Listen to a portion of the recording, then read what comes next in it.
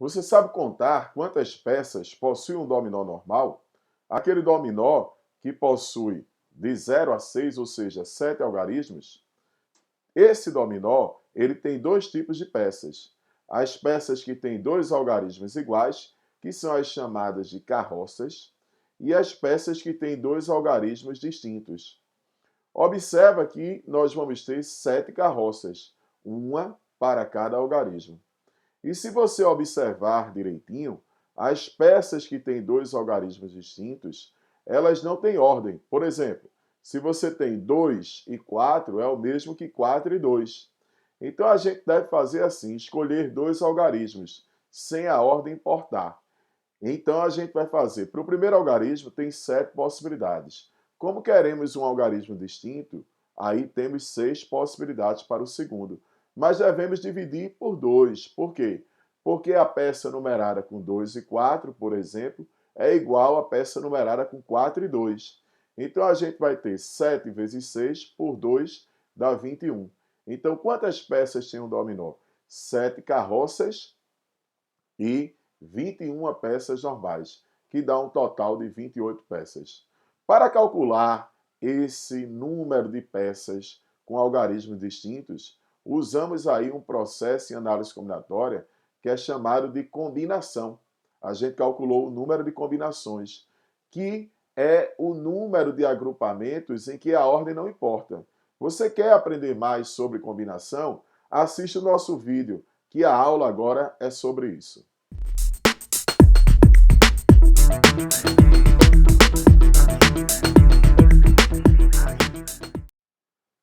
Combinação é o número de agrupamentos não ordenados de n elementos tomados P a P, que é dado por n fatorial dividido por P fatorial dividido por n menos P fatorial. Olha esse exemplo.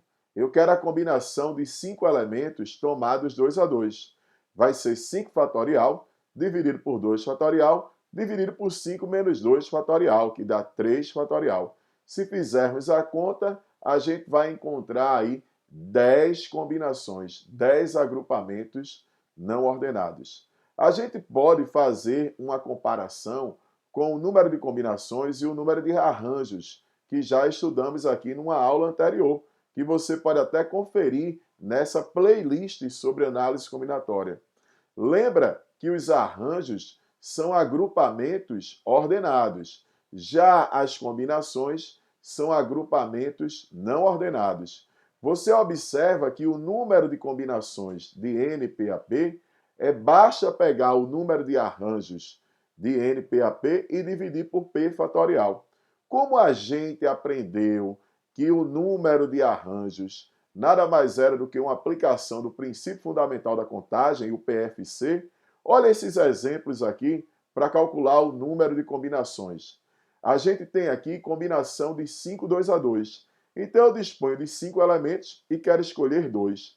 Para escolher o primeiro tem 5 possibilidades. Para escolher o segundo, 4 possibilidades. Mas eu preciso dividir aí por 2 fatorial. Então a gente vai ter 10 combinações. E se fosse combinação de 7, 3 a 3?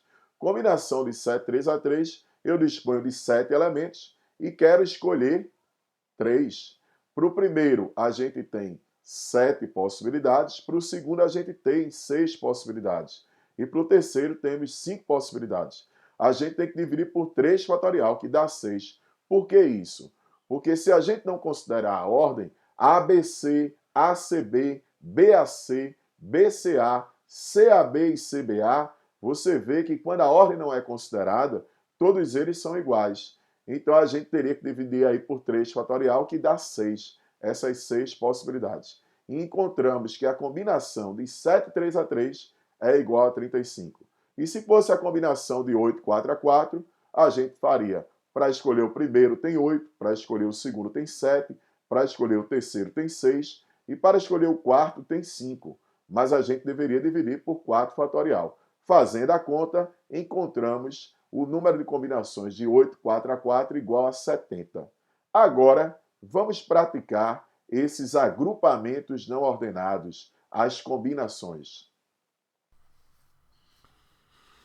Na primeira questão, que foi da prova do Enem, a gente tem o seguinte: 12 times se inscreveram em um torneio de futebol amador. E o jogo de abertura do torneio foi escolhido da seguinte forma. Primeiro foram sorteados 4 times entre esses 12 para compor o grupo A. E em seguida, entre os times do grupo A, foram sorteados 2 times para realizar o jogo de abertura, sendo que o primeiro deles jogaria em seu próprio campo e o segundo seria do time visitante.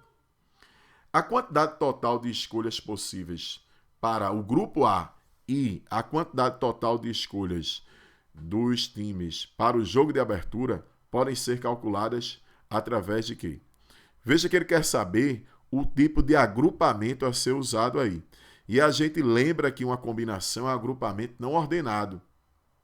E um arranjo é um agrupamento ordenado. Então vamos lá. Dispomos de 12 times e queremos escolher 4 para o grupo A. A ordem de escolha dos 4 times para compor o grupo A não importa. Você observa nesse exemplo que T1, T2, T3 e T4, se eu tivesse escolhido nessa ordem, representaria o mesmo grupo que T4, T2, T3 e T1. Então aqui nós precisamos de uma combinação. A combinação de 12 elementos tomados 4 a 4. Uma combinação para compor o grupo A. Já o jogo de abertura, você vê que a ordem importa. Por quê? Porque o enunciado da questão mencionou que o primeiro time escolhido faria o jogo de abertura no seu próprio campo. E o segundo time seria o visitante desse jogo de abertura. Então a gente vê que o jogo T1, T2, ele ocorre no campo de T1. E o jogo T2 versus T1 ocorre no campo de T2. Ou seja, o jogo de abertura é um agrupamento ordenado de 2 times. Portanto, é um arranjo. É um arranjo de 4 elementos tomados 2 a 2. Então, precisamos de uma combinação para compor o grupo A e de um arranjo para compor o jogo de abertura, cuja resposta está na letra A. A próxima questão diz que, na versão clássica da série Glee do Safety Dance, existe um grupo de atores no hall de um shopping center, enquanto as demais pessoas observam esse grupo. Suponha que para a execução da cena foi necessário escolher dentre 6 atores e 8 atrizes, um grupo formado por 8 atores e 5 atrizes. Quantos grupos de dançarinos podem ser escolhidos dessa forma? Você observa que para formar um grupo de dançarinos, a ordem não importa. Se a ordem não importar, a gente vai precisar de combinação. Ou seja, dos 6 atores, iremos escolher 5. Combinação de 6, 5 a 5. E das 8 atrizes, iremos escolher 5. Combinação de 8, 5 a 5. Que fazendo o cálculo, teremos 6 vezes 56, que dá 336 maneiras diferentes, cuja resposta está na letra A. Já na terceira questão, ele diz que tem 2 retas distintas e paralelas, que se fixarmos 10 pontos na reta R e 6 pontos na reta S, todos distintos, ao unirmos com os segmentos de reta 3 quaisquer desses pontos não colineares, formamos triângulos. Assinale a opção que corresponde ao número de triângulos que podem ser formados. Vamos fazer um esboço dessa situação. Nós temos 2 retas paralelas distintas, que eu vou chamar de R e S. Na reta R, destacamos aí 10 pontos distintos. E na reta S, destacamos 6 pontos distintos. Queremos formar um triângulo. Para escolher aqui um triângulo, a gente precisa de 3 vértices não colineares. Então, veja que a ordem de escolha, por exemplo, dos 3 vértices, ela não importa. O triângulo com vértices nos pontos A, B e C tem o mesmo triângulo que tem vértices nos pontos B, C e A. Então, a gente tem aqui uma combinação, um agrupamento não ordenado de pontos.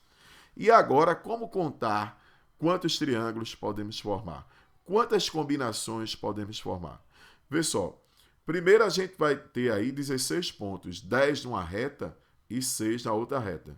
Então, se a gente pegar as combinações que podemos obter de 3 pontos entre esses 16, nós temos todas as combinações. Mas observa que existem algumas combinações que estão alinhadas. As combinações que estão alinhadas na reta R e as combinações que estão alinhadas na reta S.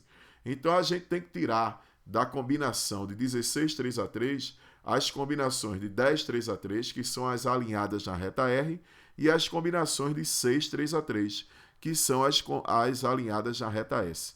Fazendo as continhas, nós encontramos aí 420 triângulos. Essa questão poderia ser feita de uma outra forma, que eu acho que um pouco mais fácil, na minha opinião, que é o seguinte: nós apenas não podemos escolher os pontos que estão alinhados numa mesma reta. Então a gente pegava e teria duas possibilidades: escolher 2 pontos na reta R e 1 ponto na reta S. Ou então o contrário, 1 na reta R e 2 na reta S, que garantiria que os 3 não estavam alinhados, não seriam colineares, formariam triângulos. Então a gente teria dos 10 da reta R iríamos escolher 2, dos 6 da reta S iríamos escolher 1, ou dos 10 da reta R escolhemos 1 e dos 6 da reta S escolhemos 2, que iríamos encontrar também 420 triângulos, cuja resposta está na letra D. Gostou da aula? Então curte nosso vídeo. Aproveita e se inscreve no nosso canal, o Ajuda Enem. Aqui na descrição do vídeo existe uma lista de exercícios para você se aprofundar nesse conteúdo, que é a análise combinatória. Essa lista está na descrição do vídeo, existe um link para você baixá-la. E se você tiver alguma dúvida, algum comentário, alguma sugestão para o Ajuda Enem, você pode fazer aqui nos comentários do nosso canal. A gente está esperando a sua opinião. E lembra que esse vídeo ele possui outros 2 vídeos de análise combinatória vinculados a ele, para você ficar completo nesse assunto. Bons estudos!